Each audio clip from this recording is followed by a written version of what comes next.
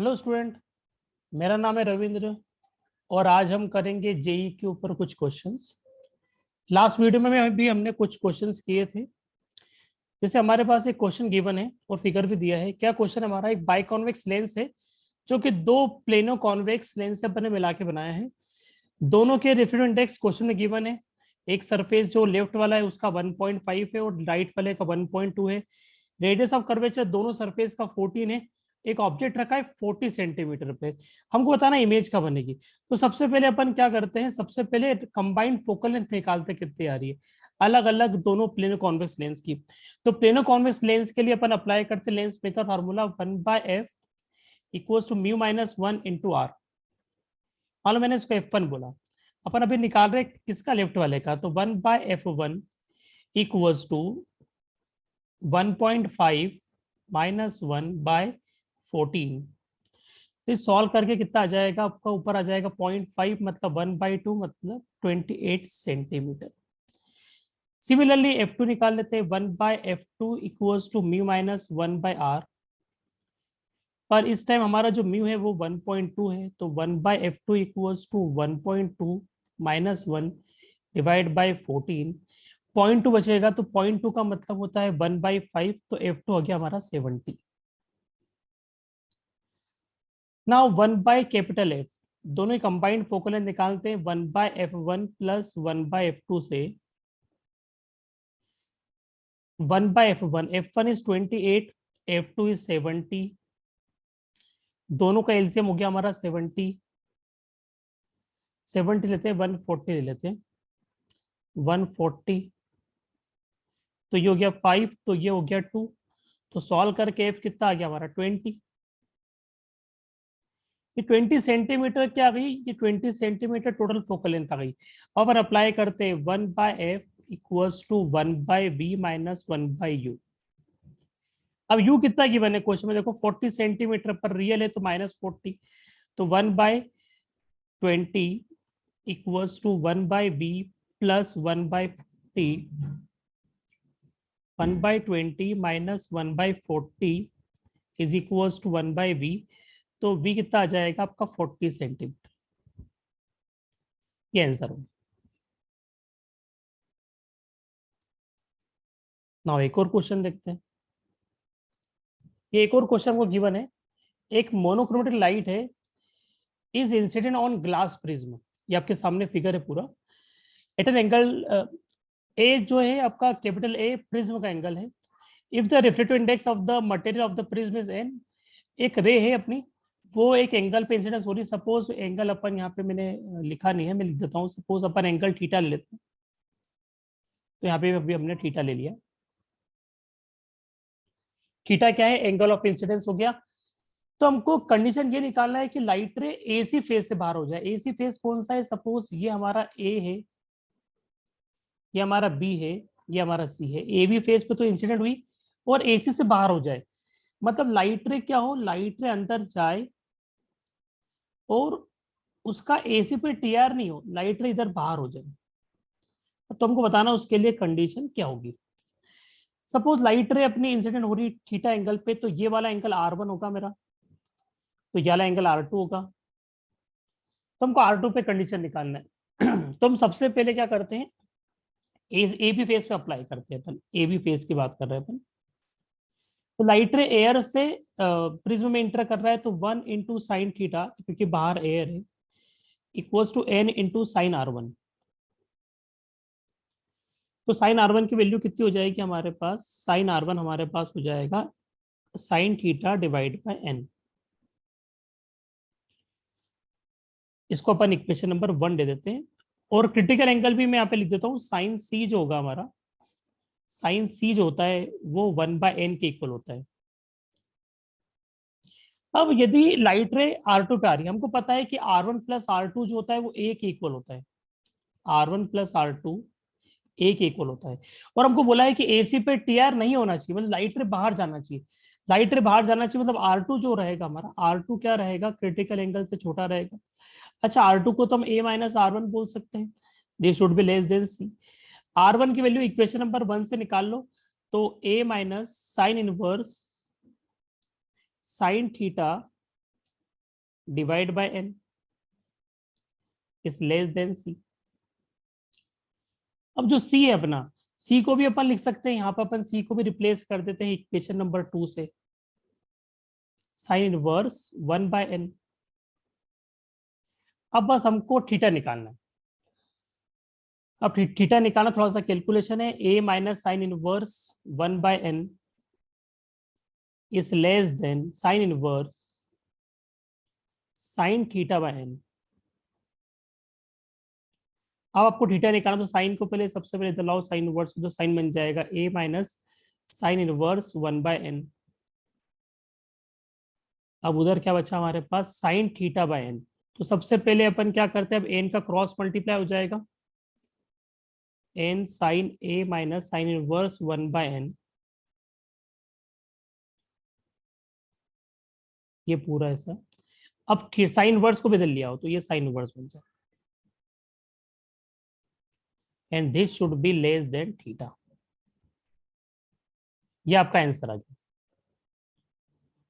तो ये कंडीशन हो गई हमारी। ये कंडीशन वो हो गई जिसमें लाइट रे हमारी ए से, मतलब कोई टीआर नहीं हो रहा है। यदि टीआर हो रहा होगा तो ऊपर कंडीशन बदल जाएगी, जैसे अपन ने R2 को लेस देन सी लिया है, वो ग्रेटर देन बन जाएगा। ठीक है, अपन नेक्स्ट टाइम और क्वेश्चंस करेंगे इसके ऊपर।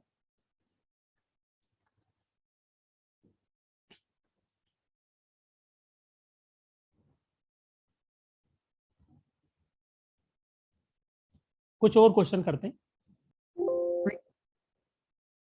ये हमारा new question.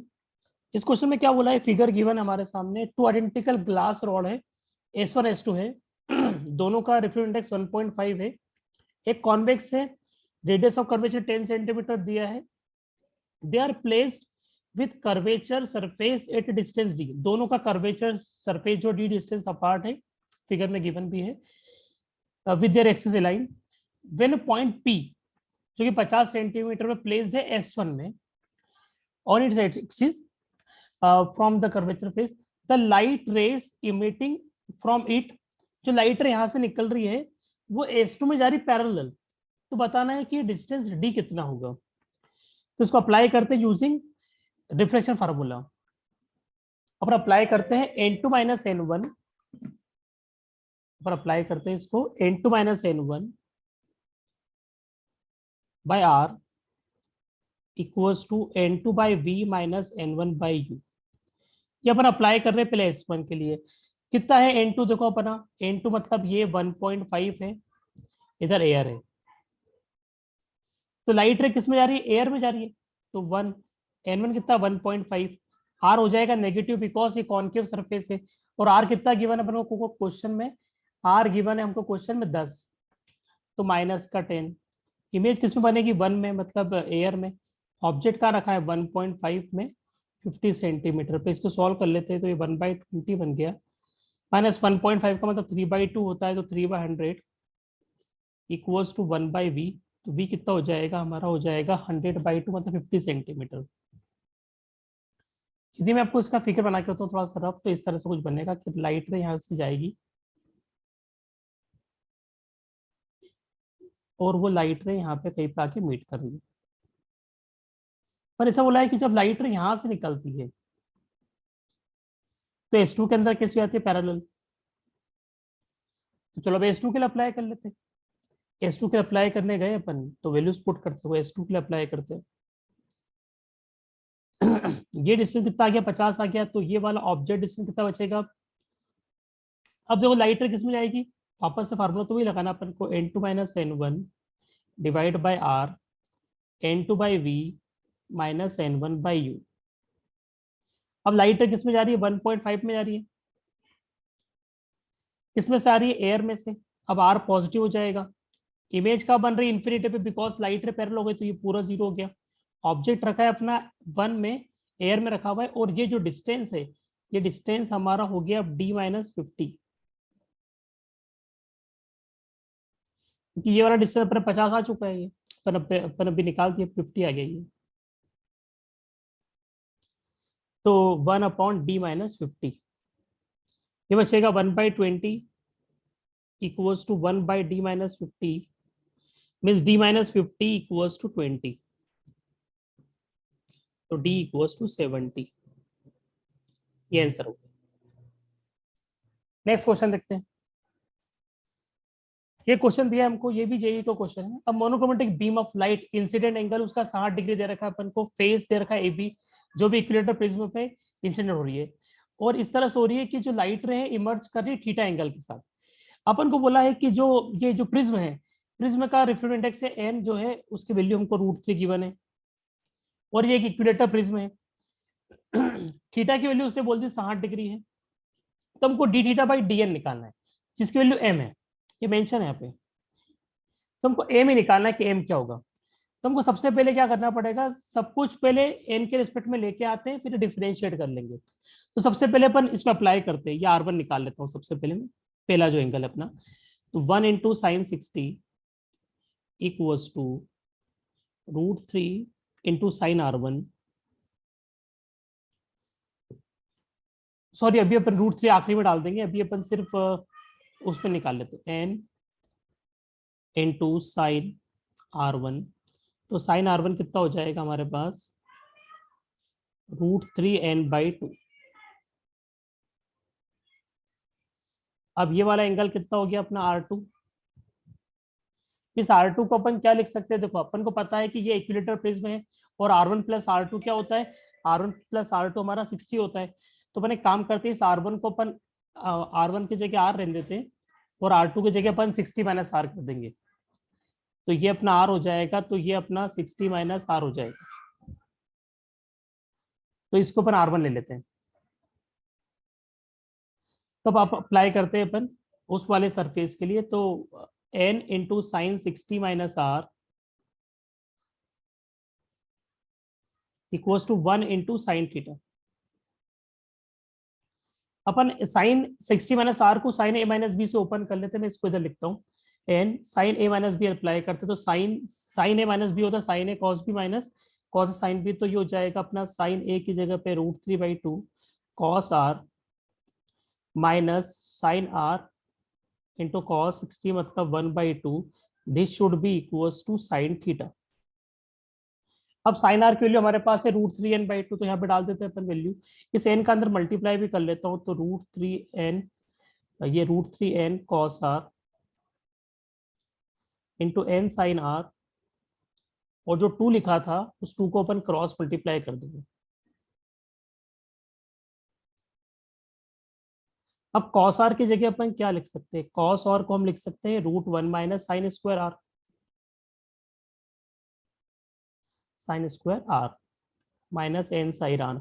n sine R की वैल्यू है अपने पास कितनी है, √3n/2, √3n sorry √3 sign R/n की वैल्यू हमारे पास है, सॉरी n साइन R की वैल्यू है √3/2 सिंपल, ये आपका 2 साइन थीटा। ये सब इक्वेशन नंबर 1 से वैल्यू लाके पुट कर दी मैंने।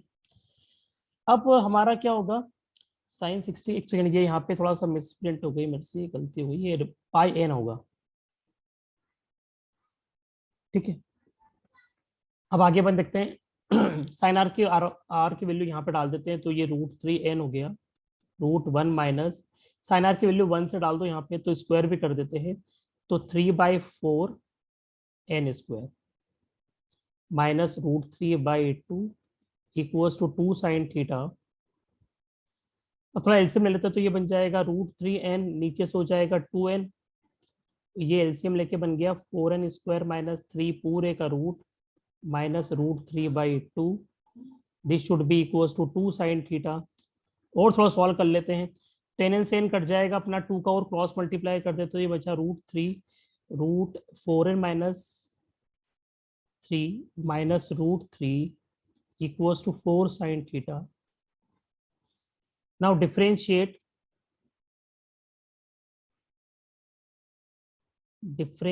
विथ रिस्पेक्ट टू n, पूरे को अपन है ना n के रिस्पेक्ट में डिफरेंशिएट कर देते, तो ये बचा √3, रूट इसका रूट का डिफरेंशियल होगा 2√4n square minus 3, 4n square का हो जाएगा 8n minus 0 equals to 4 cos theta D theta by D N. अब हमको क्या करना है, थीटा की जगह पे 60 डाल देना है और n की जगह पे √3 डाल देना है, n की जगह पे √3 डालोगे तो ऊपर बन जाएगा 8 इंटू 3, नीचे बन जाएगा आपका 2, ब्रैकेट में हो जाएगा 4 इंटू 3 12, 12 माइनस 3 9, 9 का √3 माइनस 0 इक्वल्स टू 4, cos 60 होता है 1/2 और d थीटा बाई, इसका मतलब m था। तो सॉल्व करके हमारे पास m कितना आ जाएगा, ये 3 से 3 कट जाएगा 2 2, तो m बराबर 2 आ गया हमारे पास। m की वैल्यू सॉल्व करके 2 आ रही है। तो ये थोड़ा एक अच्छा क्वेश्चन था।